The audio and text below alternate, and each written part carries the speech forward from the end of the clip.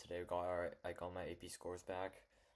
Took four APs: AP Physics 1, AP Calc BC, AP Calc CSA, and AP World.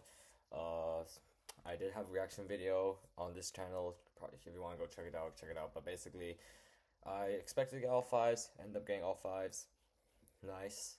Uh, yeah, only one I was kind of slightly on the edge about was AP World, because I didn't think did that. Like my essays kind of I felt like weren't the best I have written, but I guess it all turned out well in the end. So I guess, yeah. Obviously, to be fair, I honestly don't really care about what score I got. But my parents will, and I got the stereotypical Asian parents, can't get anything lower than five. So I was honestly more like scared about that. But like personally, I do not care about what score I get as long as it's a passing score. Then all worth the same to me. So yeah, hopefully this set gotten six fives so far, nothing else in my AP tests up till now. Next year we're gonna have four more AP tests. Hopefully they turn out well as well. So yeah, yeah, yeah. That's all I have for my regarding the AP test. Uh, for if I were to give some advice to future test takers of physics, especially physics for and world, because I feel like those are the two I have the most to say about physics.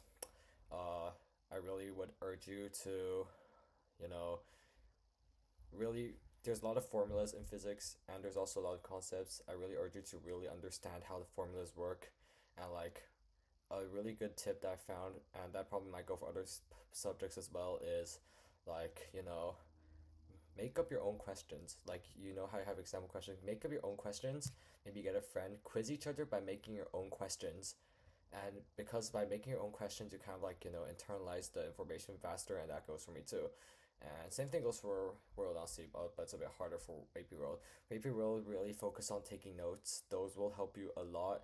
Like, even though you might not read your whole thing, just by writing it down, it kind of gives you like the internal memory.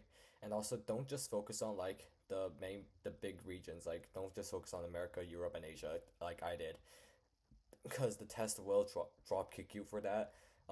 There will be Africa, South America, which are like the lesser studied parts most of the time, and they will drop kick you. I nearly got drop kicked by those regions, but you gotta make sure you know like at least a bit of those stuff for every single time period.